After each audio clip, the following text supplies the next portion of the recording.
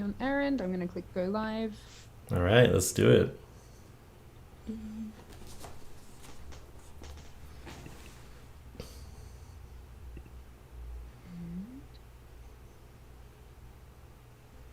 All right, looks like we're live. Hi everyone, thanks for joining us. How you all doing today? I'm sure there'll be a little delay in the chat there, so let me know how you are when you hear this. I'm Georgie, I'm from Procreate, and I've got my workmate and friend Lol in the chat here. She's going to be talking to you, so if you have any questions today, please let her know and we'll ask Michael on the stream. We are streaming with Michael Relth today, incredible animator and illustrator from LA. Michael, how you doing? Hello, I'm doing all right. Thanks for having me on the stream. This is so cool. Thanks for joining us. How about we start with you? Tell everyone a little bit about yourself and your art. Okay, my name is Michael Relth. I do illustration, animation, visual development, all kinds of art stuff in Los Angeles. Yeah, I just really like making art and painting. I work for clients, but then I also like to go out and do plein air painting and draw with my friends. So, yeah, and I guess should I show some of my artwork or? Yeah, do it. Okay, cool. So this is a piece that I drew over just to say hello to everybody. This was about the first time that I met up with my family after COVID. So very meaningful piece for me. And then here's just some doodles that I did in Procreate. Also a painting of my friend who's this really cool guy who goes on adventures. He's got a motorcycle. I just thought he looked cool. Here's another piece. Not really sure what that one's about, but it's pretty dark. And then I've made some animations in Procreate as well. So this is one that Procreate commissioned me to do, which was so much fun. It was probably one of the best jobs that I've ever worked on. Dang. Yeah, it was a joy. So there's that. One of our favorite animation commissions we have as well. It's just beautiful. Oh, thank you so much. So I worked on that one, and then I did a few for myself just for fun. So there's this guy right here. And actually everything I'm going to be talking to everyone about in terms of animation is sort of based on this style of walk cycle that we're going to be talking about this today. So I did this guy. And then also, let me step back to the gallery, this one as well. So these were all animated in Procreate. Yeah, so that's a few things that I've done. And I think besides the Procreate commission, the rest of them were all just sort of done for fun, for my own enjoyment. Yeah. So. Cool. Yeah. Excellent. I'm sure you guys all watching here would have seen some of those animations on Procreate's page if you haven't followed Michael before. So I definitely recommend going to follow Michael on his Instagram. You'll be able to see some really cool stuff and get a heads up when he does some live draws on his own YouTube channel and stuff as well. So as happens every single time we stream, my dogs have decided now is the perfect time to start a game. Hooray! Excellent.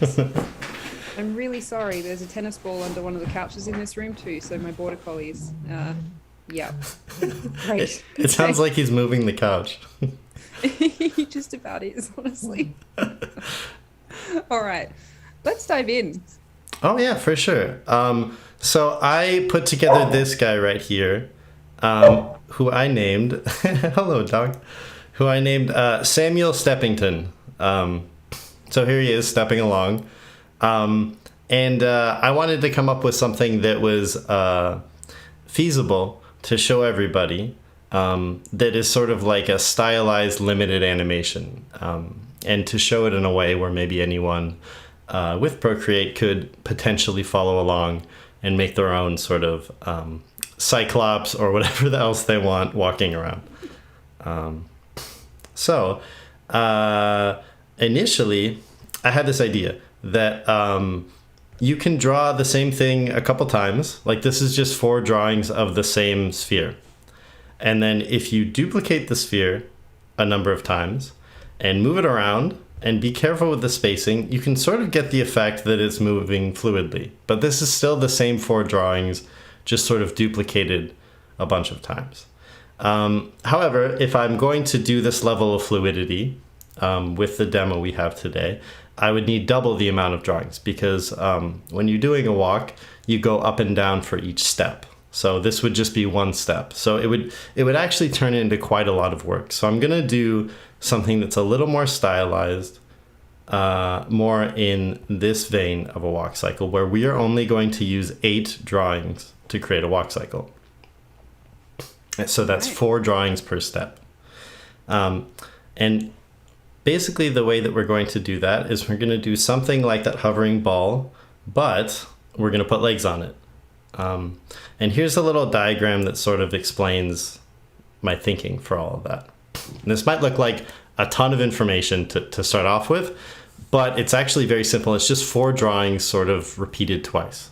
So when you're walking, and you can try this with yourself, you can sort of walk in slow motion, stand up and walk in slow motion, and you shift from one foot to the next. There's a point at which your foot contacts the ground before you put weight on it. It's sort of like your body feeling out to make sure that you can put your foot there. And then afterwards you put weight on that foot. So before you put weight on the foot, that is called the contact position. And these terms come from Richard Williams, who's an amazing animator. He wrote the Animator Survival Kit, and you can get so much more information than from me in this amazing book. I reference it daily. So this is the contact position right here. And so in my animation down here, it looks like this. Oh, it's not showing up correctly. Excuse me a moment. Right, so this is the contact position. This is where the foot is contacting the ground. And our next position is going to be the down position. That is where we have taken the weight of our body onto that foot. And then what do we need to do? We need to take another step. So the next position is going to be the passing position, where one leg passes the next leg. And then finally, we need to have enough space for the leg to go through. So that next position is going to be the up position, so that there's space for that leg to come through and arrive at the next contact position. So basically, we're just cycling through these 4 drawings. Contact, down, passing, up. Contact, down, passing, up. Once for the right leg and then once for the left leg. And all based on this idea that we're just animating a sphere moving up and down. So hopefully that makes sense to nice everyone. and accessible. I have my iPad here with me. I'm going to try and draw along. Awesome. Great. See how we go. So at its simplest, we're just taking a sphere and moving it up and down and then putting legs on it. So I'm going to go through and sort of show you how we start with this idea and take it all the way to Samuel Steppington stepping around. I'll show you all the steps in Procreate right now. So let's go into this one. So I'm basically just going to draw an oval for... Actually, I did skip a step, so let me go back. I did some design exploration to figure out what he looks like. So if you're going to animate something, it's a good idea to come up with, with something that you're going to animate. So come up with some sort of design or something. And I kept it really simple to start with. And I arrived at Samuel. So I'm going to bring Samuel in as a foreground layer or a background layer in Animation Assist. So you turn on Animation Assist up here in the Procreate menu in the top left. And once it's on, you're able to label something at the starter end of your timeline as either a foreground layer or a background layer. So in this case, this is a background layer. That means that it will appear regardless of what frame I'm on in the timeline. So that's very helpful. So we can use this as a guide to draw over. Let me move this extra Samuel off so he's not covering up the other foot. So I'm going to use this as a guide, and I'm going to draw just the sphere, pretty much, the oval of his head. And on the contact position, I drew him in the contact position, so he's going to stay right where he is. So we're on this drawing right now. The next drawing is going to be the down position, so I'm going to trace over this same drawing again, and I'm going to bring it down to its lowest position. I think I'm going to try on snapping really. Is it snapping or magnetics? I'm going to turn on magnetics really quick. Just drag that down. And now it'll be at its lowest position. And then my passing position, which is the next frame, is just slightly higher than my lowest position. So I'm just going to actually duplicate this and just move it up a little bit.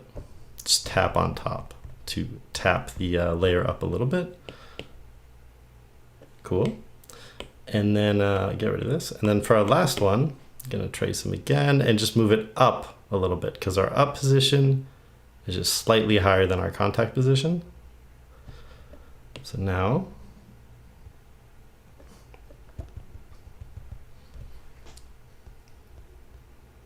there we go. So now that's a guide for the movement of like the body, or in this case, just the head of our character. And then I can go ahead and figure out the legs very roughly. So I'm going to draw in the contact position, which is already designed, which is great. Something like this.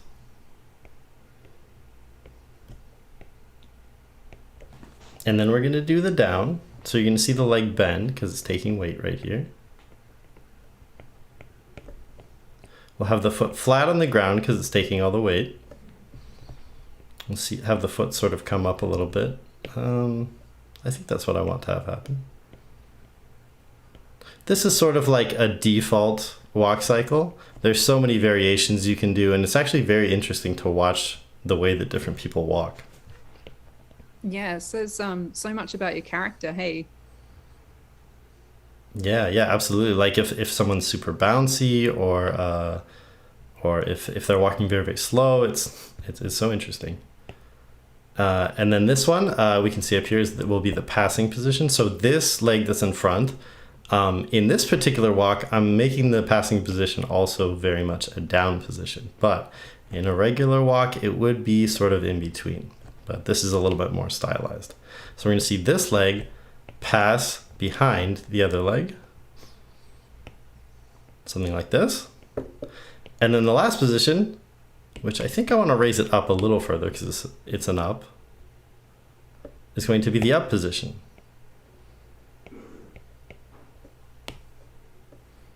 I drew that a little too far back. Okay, so now this is going to be up, so it's going to be fairly straight because he's pushing up, making room for that other leg to come through, like so. Great. And now we have something that is close to a decent rough pass for a walk. And I could draw the other leg, but I'm also very, very lazy. So I'll just remember that the legs need to not be repeating. I can just take all these and sort of duplicate them and drag them to the end of the timeline. So I'll drag all these up here to the top. And now we have a guide for every layer of our 8 drawing walk cycle. I could go in and erase out the legs, but once again, I'm very lazy. So I'll just keep it like this for now. And then what we can do is we can save ourselves a lot of time. So once we have this drawing in place, this is one that I did earlier. I spent a little more time refining the movement. I just made a bunch of blank frames of the head. And what I'm going to do is paint the head a few times, because I don't like doing any work that I don't have to do. So I'd rather just like paint it a few times so it looks like it's moving a lot and then copy and paste it a bunch. So I can do that right now. I can just paint the head on this head layer that I created. I should mention that I duplicated this reference drawing up here and made it a foreground group. And made it multiply so I can paint underneath it and still have it like sort of as a guide. Hopefully that makes sense. So I'm going to paint this guy right here.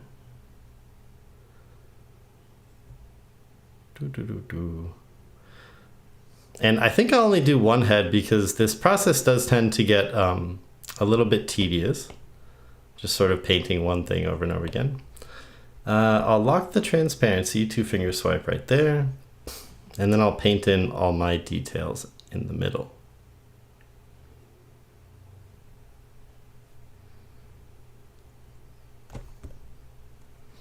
And I'm sampling that full opacity reference image to the left there. So there we go. Samuel's getting his eyeball in there. Such a distinguished gentleman. He is. He's very dapper. I think if the design permitted it, I would give him a mustache. Oh my goodness. Yes. But I think in this context, let's try it really quick. Oh, I might have to redo this whole animation now. This is wonderful. I think maybe for the next time. And I realized that I forgot the hat, so let me take off the transparency. Now you can you can duplicate this drawing into place a bunch of times, or you can draw it maybe one more time, or you can draw it 4 more times or 8 more times. It depends on what you have the patience for. But basically what I'm going to do is do this drawing a number of times and then position it beneath each one of these drawings. So if I was going to do it with this first drawing, I'd drag it over this number 1 right here, and then Procreate automatically groups it. And because this is my starting drawing, I don't have to move it. If I was going to do it with the second one, let's say I did do this drawing a second time, I would then take it and just slide it down into position. So on and so on. This whole process ends up being a little bit tedious, but it's a way to get things done very, very quickly. So I kind of like it. So you can see if we kept doing that for the whole animation, we would get a lot of animation for free. And so now I'm going to show you what I did when I drew all 4 heads. So that's an example of all 4 heads being drawn. And you already saw me copy and paste them into different locations and reposition them. So I don't necessarily think I need to do that again. So here's what they look like all in place, like if I move them into my rough drawing location. So now I kind of have something onto which I can start drawing the legs. So with the legs, because the left leg will look an awful lot like the right leg, I really only need to draw the silhouette for the left leg's contact, and then I can just sort of copy it to the right leg's contact and paint the shadows a little bit differently. So I'll show you what I mean by that right now. So I'll name this leg. No, not let. Autocorrect. Autocorrect every time. Every time. I can't even name the number of texts that I've written something embarrassing because of autocorrect. It happens so often. I've been pretty lucky. I don't get embarrassing ones. I just get annoying ones. Like okay. Tried to send live the link to the Procreate 5.2 beta signups this week, and we have shortcodes, special shortcodes that are procreate.at. But when you're typing on a phone, if you don't double check, it automatically autocorrects to procreate.at. Oh. So I sent this link live to everyone on social media in the world, and it didn't work because autocorrect got me. Oh no. It's annoying. That is annoying. Autocorrect strikes again. If anyone's got any questions in the comments, please send them through. I know you're all enjoying this and learning lots, but if you've got any questions about animation or Michael's art or his experiences in the industry, please let us know. Yeah, I'd be happy to talk about any of that stuff. So here we go. All right. So now that I've got a silhouette for one leg, I can just be real lazy and duplicate it to the frame where it repeats. So this is one contact. I wrote the number and what kind of drawing it is on the drawing layer. One contact. So let's duplicate that up to the next contact, which is 4. 5. It's 5. I got it wrong. So I'll take this and I'll move it up to 5 below. Cool. And now I can lock the transparency and paint into that. So for this first contact, the right leg, this leg, is in front. So let's make sure that it's overlapping this back leg like so. And then the head will be casting a shadow down here. And then casting a shadow on these feet right here. And adding the shoe color, the dapper shoe color. So that that's for that frame. And then for the other frame, it'll be the opposite. So this leg, oh, I didn't lock transparency. So this leg will be behind this The right leg will be back, and the head will be casting a shadow like, oh, whoops, like it was before. But the legs are overlapped in the other direction.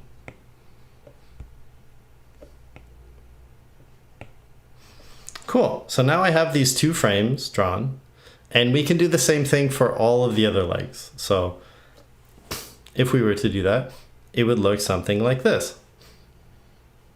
So it's getting, just with like very few drawings, it's getting very close to being done. But it might be a little more lively if we offset the hat to make it bounce up and down. And I don't like thinking too much about where hats should be or where like overlapping things should be.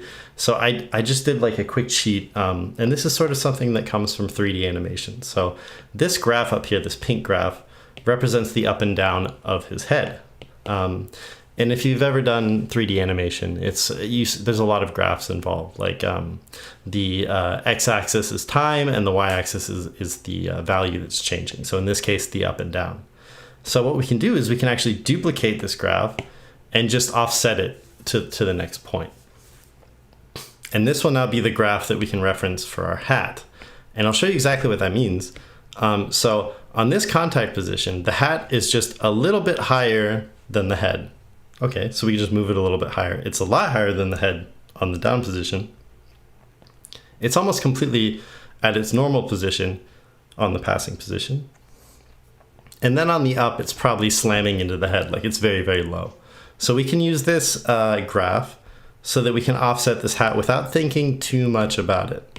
So I'm gonna go with the lasso tool and grab the hat and just sort of 3-finger swipe down, cut and paste so that it's on its own layer now. I'm gonna offset it up since that's what my graph says to do.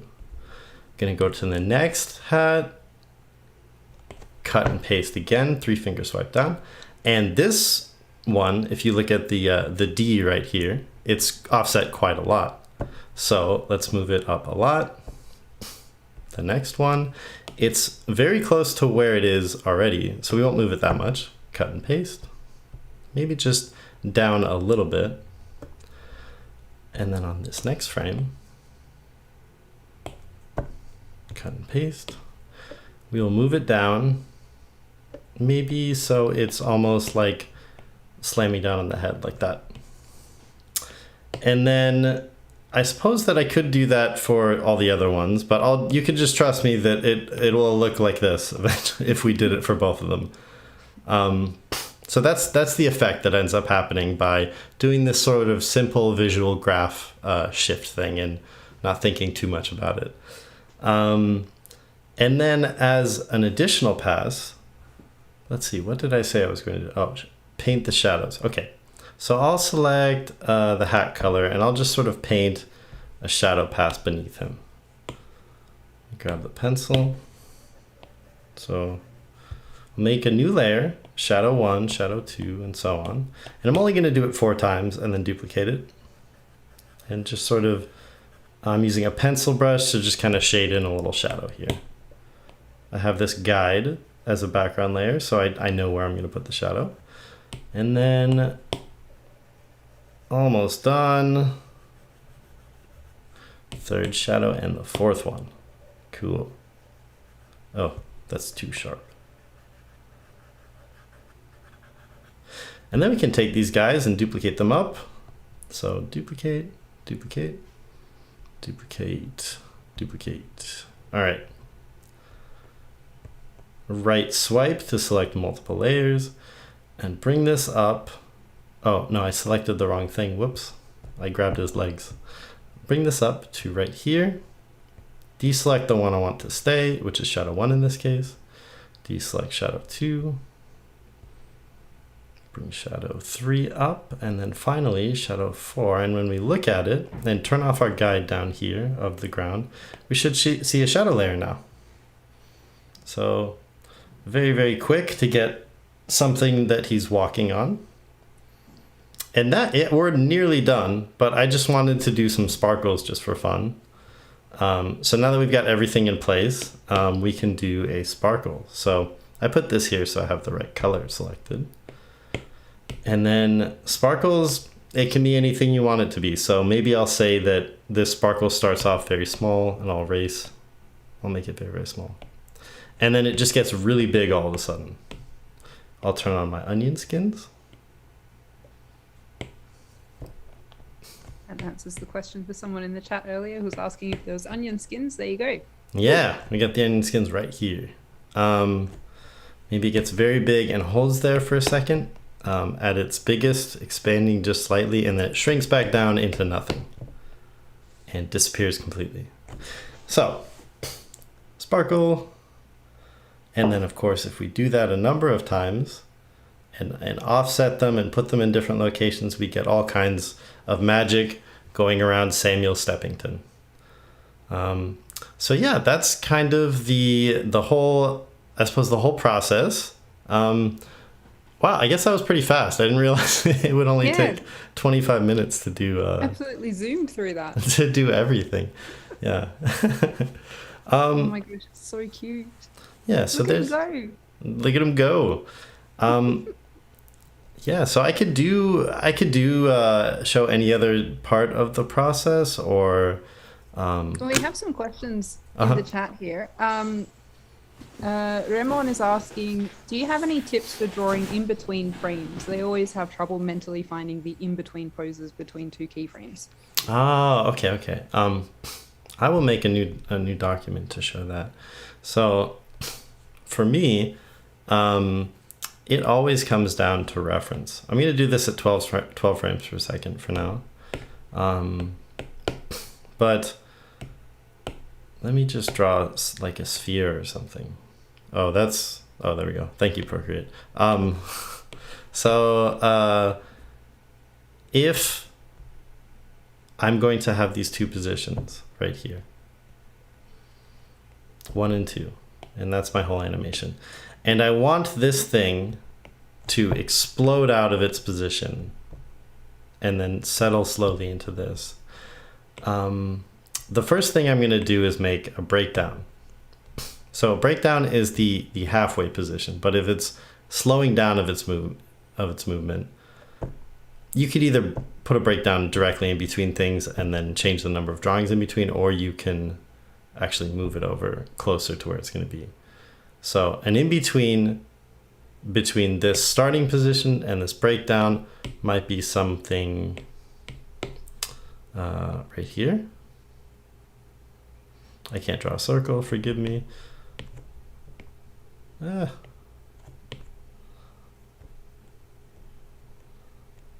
okay, I can make it smaller like that, cool.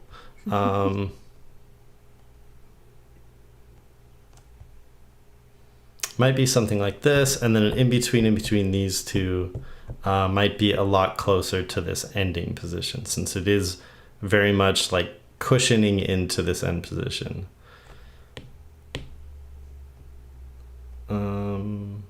Cool. So now when we play that, maybe I'll slow it down a little bit so it's easier to see, so I don't have to do too many drawings. So I'm not sure if that answers the question exactly, but to create interesting or to create a good in-between, it's a good idea to know like, I guess, like the momentum and the spacing of where your animation is going. So and then also another good thing for in-betweens is to track arcs. Let me do this really quick. Make this a foreground layer. So maybe we want this ball to move along an arc like this. So if I was going to have it do that, I would start it at the beginning of the arc. And this might seem obvious right now, but it will make sense once I put something in the wrong place. So this is something moving along an arc, right? But oftentimes when we in between, we forget about arcs. So we might draw a beautiful in between, but it's over here. And then when we watch it play, something seems kind of off. And to make it even more obvious, maybe this in between is down here or something. So this is what happens to me all the time when I'm in betweening. I'll do this kind of thing all the time, and then I'll have to, oh, my iPad just fell. Sorry about that. Everything okay? Everything's fine. Yeah, I just I I got something too close to the edge of my desk. I'm good though. So I tend to do this all the time. When I animate, I'll just mindlessly sort of in between things. And then I'll forget about arcs, and I'll forget about the fact that I need to have this sort of really nice spacing where things are, you know, somewhat equally spaced heading into the direction that it's going. And when that happens, it's not a problem. You just take your in between drawings and either redraw them or reposition them until they are sitting in a space that makes sense and makes the animation feel good. So I don't. Does that answer the in between question, Ramon? Well, I'm sure they'll let us know in the comments. Okay, cool. There's a little bit of a delay there on the stream, so that's all good. Okay, for sure. In the meantime, we have another question from Des, who wants to know, is it a similar process for animal legs, specifically back and front legs like you had in your dog animation? Oh yeah. I have to look up quadruped walk cycles every time I animate a quadruped walk cycle. But I can show you what I remember. For a quadruped walk cycle, it's something kind of like this. Here's back, left. Here's back, right, front, left. We're looking at like a top down, front, right. So let me draw like a little paw pad or something so it's cute.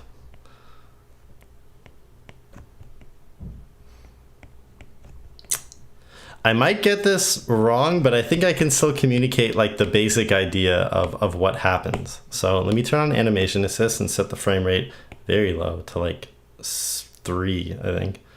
And then I'm going to set this to background, and I'm going to draw. So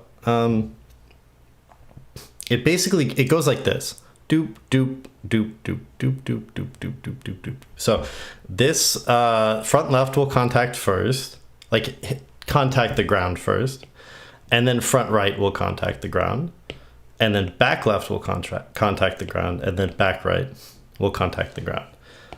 So when you watch them walking, you'll see this pattern of contacts, and then it does sort of follow the steps that I talked about earlier, where you have contact, down, passing up, but it's sort of specific to the animal and the weight of the animal. So I always have to look this up when study animal animation, animal movement.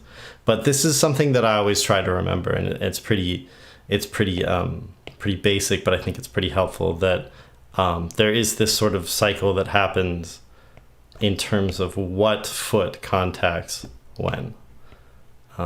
That's probably the only tip I can give off the top of my head.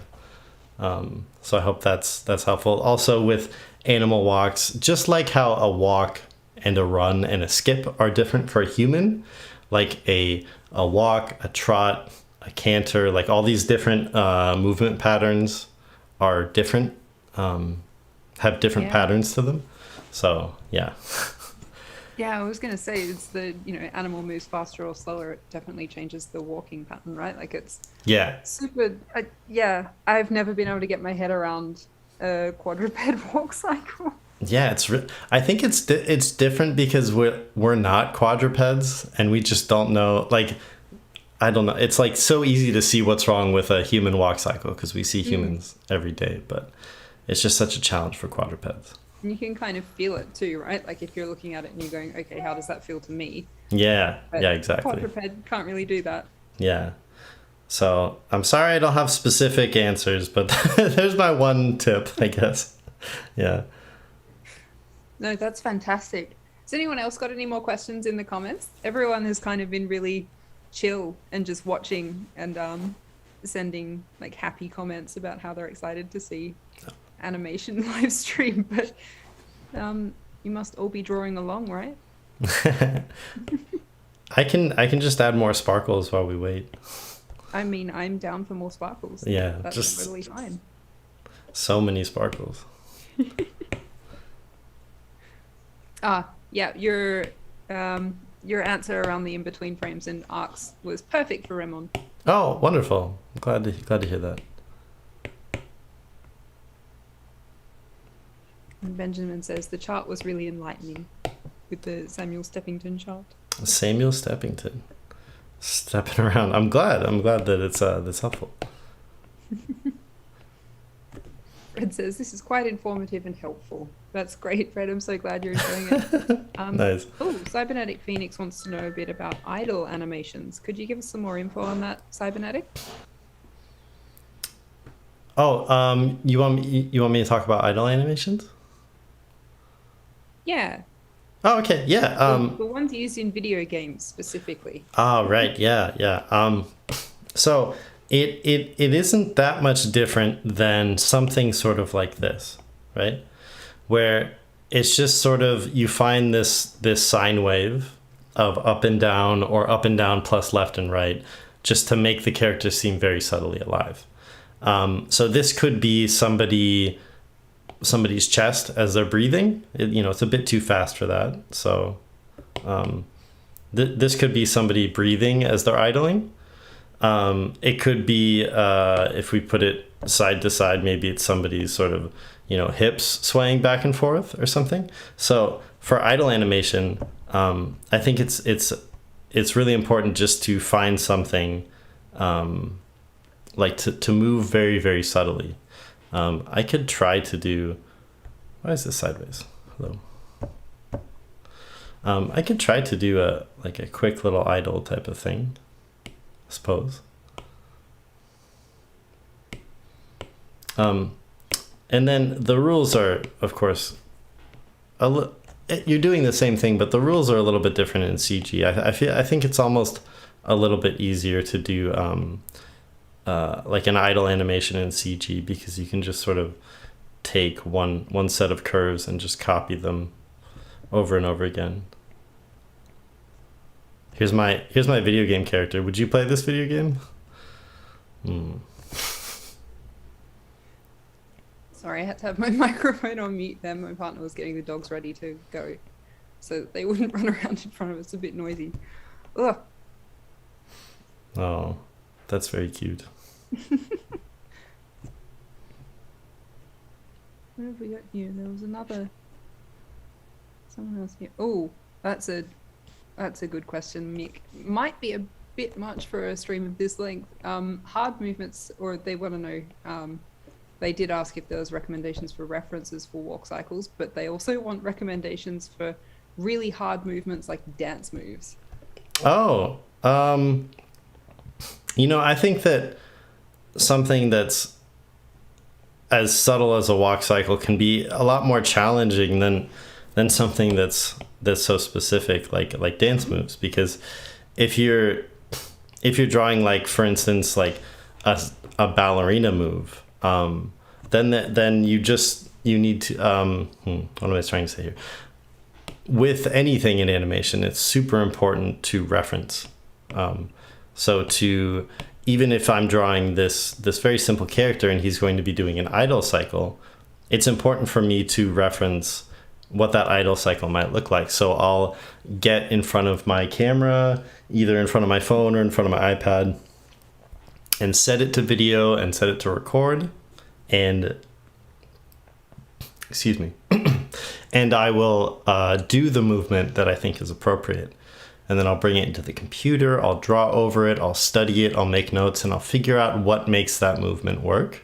And so you would do the same thing for something like dance moves. You would figure out what makes the dance move work by studying it. So maybe find some footage of, if it is a ballerina type of move, of a ballerina, and figure out exactly why those moves work the way they do. And then you should be able to reproduce them or create the feeling of them with some type of artistry in your animation. I mean, that's the hope anyways. So yeah, it really just comes down to reference for really, really difficult things. Yeah. And it's not like I have a template for doing a pirouette, but I'm sure, like, the thing that is wonderful about animation is you can kind of make your own template. So you can look up videos of pirouettes and say, like, oh, I see that the foot does this, and it's so interesting that the hips shift this way and that way, and then bring that information into your animation.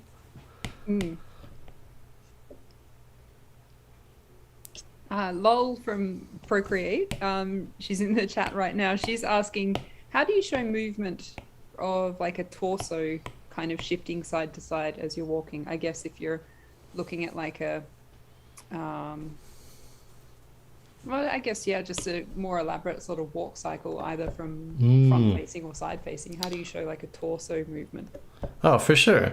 Well, I tend to think that front walk cycles are really, really difficult. So I always end up like filming myself to figure those out. So I'm just I'm doing the idle thing right now. Is should I continue on with this idle guy right here, or? I think it's cute. Okay. I'll get to the torso shifting thing, because I think I have some concrete answers for that. Oh, cool. So I'll just start with his head, but really, for animating anything, you kind of want to think about what the root is doing, like the center of gravity your hips are doing. But I'm just going to do something with his head. I'm going to make it subtly ease up and down to make an idle sort of animation. So it's going to go up, and then I'm just copying and pasting because I'm lazy. And then this one again is going to come back down.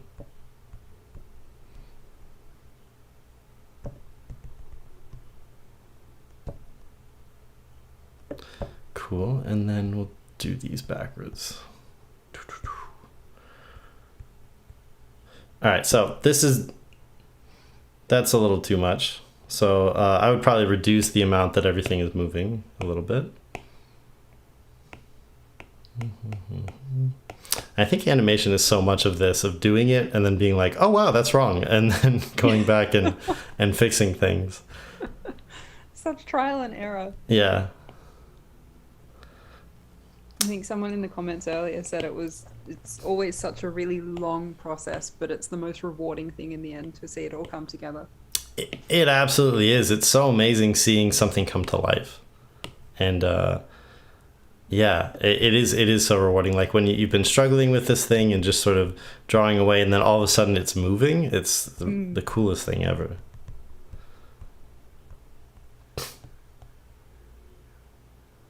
All right, and then I'll just make that hold a little bit less.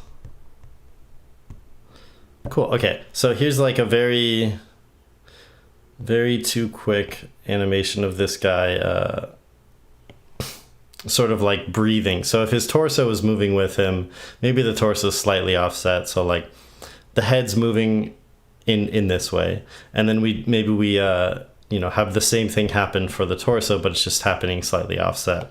So I think I would have to go into this a little bit, but basically you just sort of have these like very basic movements of either up and down, left and right, or these sort of patterns of movement. It usually ends up being something like this,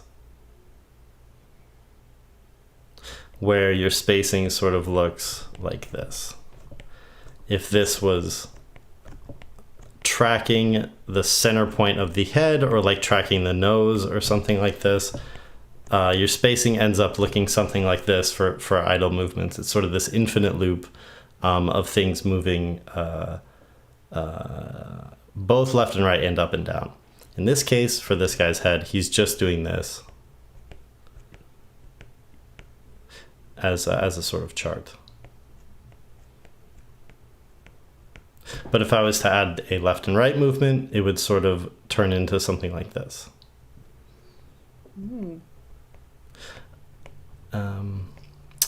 I think it might be a little bit much for for today to get into a full sort of idle cycle, but I think it's important to look at these ideas of these flowing arcs, and to, if you have the head sort of moving in this way. Maybe have the body also moving in that way, but just on a different timing. So when the head starts to come up, just a few frames later, then the body starts to come up. Or maybe the body's leading the head. So the body starts first and the head follows with a little bit of a delay. And then you could extend that out to the hands where the body comes up and then the hands start to come up with a little bit of a delay. So yeah, I guess that's what I'd say for idle animations. Yeah, nice. Yeah. I hope that answers your question. Was it Cybernetic who asked that? Yes. Hopefully that answers your question. And then for walks with real visualizing the torso. So let's see, how am I going to do this? So if this is the hips in a sort of neutral position, like so, I'll just draw. It's in this weird sort of 3/4 space. And then I was going to have the this foot come forward. That means that the hips would rotate forward to accommodate the foot coming forward. So the hips would sort of rotate this way in space. And then we would see the foot coming forward.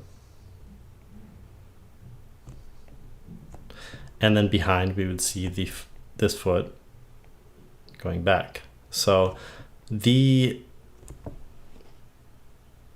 hips sort of lead a lot of the movement. So let me make this sort of shaded so you can see it a little clearer maybe. You can see the side, is that clear? A little bit. Yeah. So if they were going to put their other leg forward, we would see the opposite. We would see the hips swing in the other direction where the left leg would be coming forward. So the left part of the hips come forward. And the question was specifically about the torso, but I think that the hips lead so much of the understanding of the way that the torso is moving that I want to start with the hips. So now this leg is coming forward, right?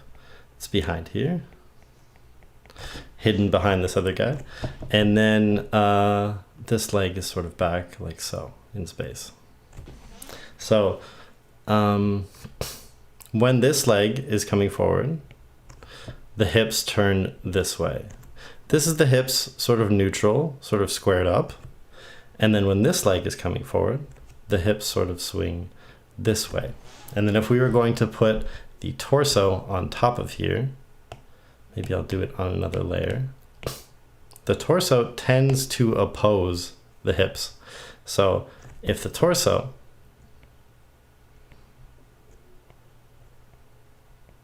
if the rib cage, the top part of the torso, is neutral here, it's sort of squared up with the hips. When the hips are coming this way, the torso would sort of go the other direction. It would swing this way. So we would get maybe an exaggerated view would be something like this. So there's a little bit of a twist there. And then if we go, so this side is coming forward here. This side is going back. And then if we look at this one, the opposite would be happening where this side over here would be coming forward. So let me draw that first before I draw any arrows.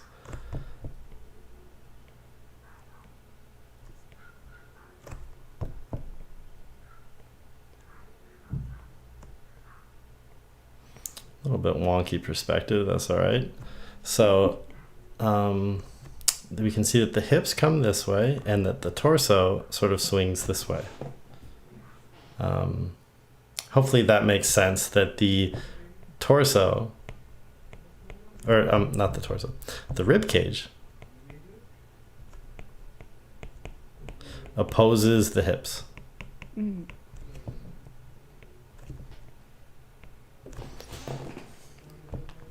And then if you're looking at something from the front, you would sort of see that sort of same thing happening, where you see one side of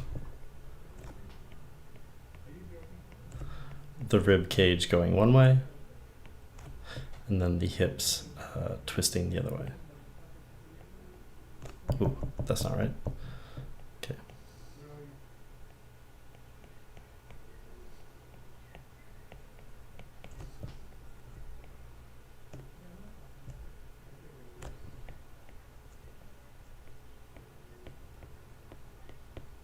And then same for the arms. They tend to oppose the movement of the legs. So if the right leg is going forward and the left leg is going back, usually what you'll see, not always, sometimes people swing their arms and legs together. Maybe like, you know, a really buff guy who's just sort of moving with his whole body or something. You'll see the right arm going back and the left arm going forward. So it usually opposes. Yeah. Does that answer the hips and torso question? Or there's a delay, yeah. right? Yeah, there's a little bit of a delay, but that's fine. I Okay. reckon that it does. That was super cool. Oh, cool. I'm gonna go and start and spend the rest of my Sunday animating things. Oh, nice. I will say that book, the Richard Williams Survival Kit book, is I got all this from that. So. Oh, nice. It's an amazing. I think many animators reference that book. So. Yeah. Right. Yeah. I think yes. Lol says thank you, Michael. Okay. Cool. Yeah. For anyone who's just joined us, in the chat a bit further up near the start, there's the name of the book that Michael's just mentioned there, the Animator's Survival Kit. So if you're looking for more information on animation and the basics of animation, get that book. Take a look at it. Sorry about that loud noise. It's all good.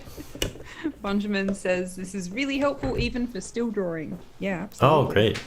Definitely. That is my favorite thing about animation, honestly, is I do love animating and it's great, but it's so nice the what you can learn from animation and apply to still drawing or even apply to painting, like the movement of it is I love being able to bring movement to still drawings and paintings. So I couldn't agree more. Absolutely. I think that's something that a lot of people struggle with, especially when you're starting out, is making sure that or trying to get that sense of movement and flow, I guess, into still drawings. It can be really difficult. Yeah, I totally agree. Okay, I don't think there are any comments. Everyone is excited about the things that they've learned. Oh, great! I guess that's getting really excited.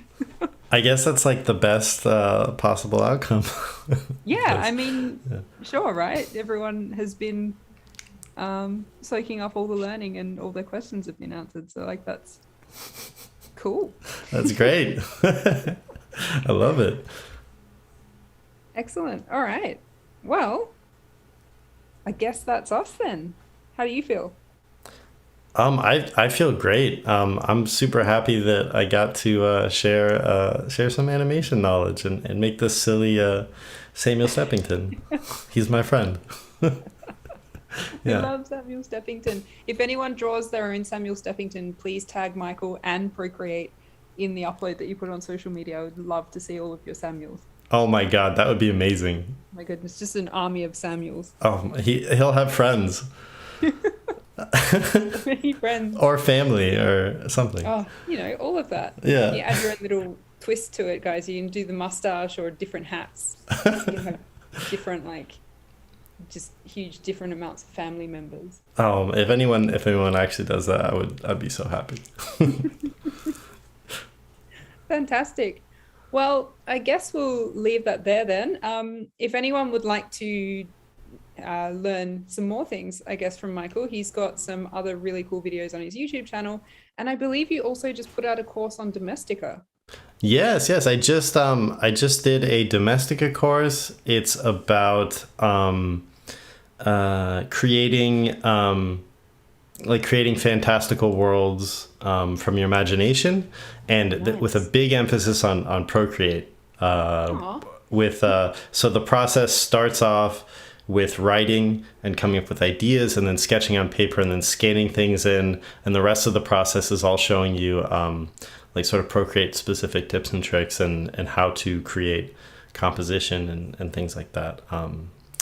And more than just a technical thing, I really wanted it to be an inspirational thing. So the course does talk a lot about, feelings and where ideas come from and how to translate them so they communicate visually. Oh, lovely. Yeah, so that's kind of a very meandering explanation of the course, but I'm very proud of it. I liked it. I like making it. Yeah, absolutely. You'll be able to find a link to that on any of Michael's social media channels, guys. So definitely check it out. There's a link to Michael's Instagram in the caption of this video, so you'll be able to check it out there. I'm going to chuck it into the chat as well, so you can go and take a look. There we go. But aside from that, thank you so much, Michael, for joining us today. This has been incredible, and I can't wait to go and draw my own Michael Steppington. Samuel Steppington. Yes, Michael Steppington's his brother. Ah, Yes. right, of course. Yes, we're making the mustache. we're making the lore right now. We're world building. World building. There we go. And go and take the Domestica course so that you can further that. Yes. Okay. Amazing. All right. Thanks so much, guys. Don't forget, you can always ask us questions on social media. So we're at Procreate on all of our social media. Michael is at Michael Relth. So go follow us, talk to us, and we'll see you next time. Thank you. Thank you.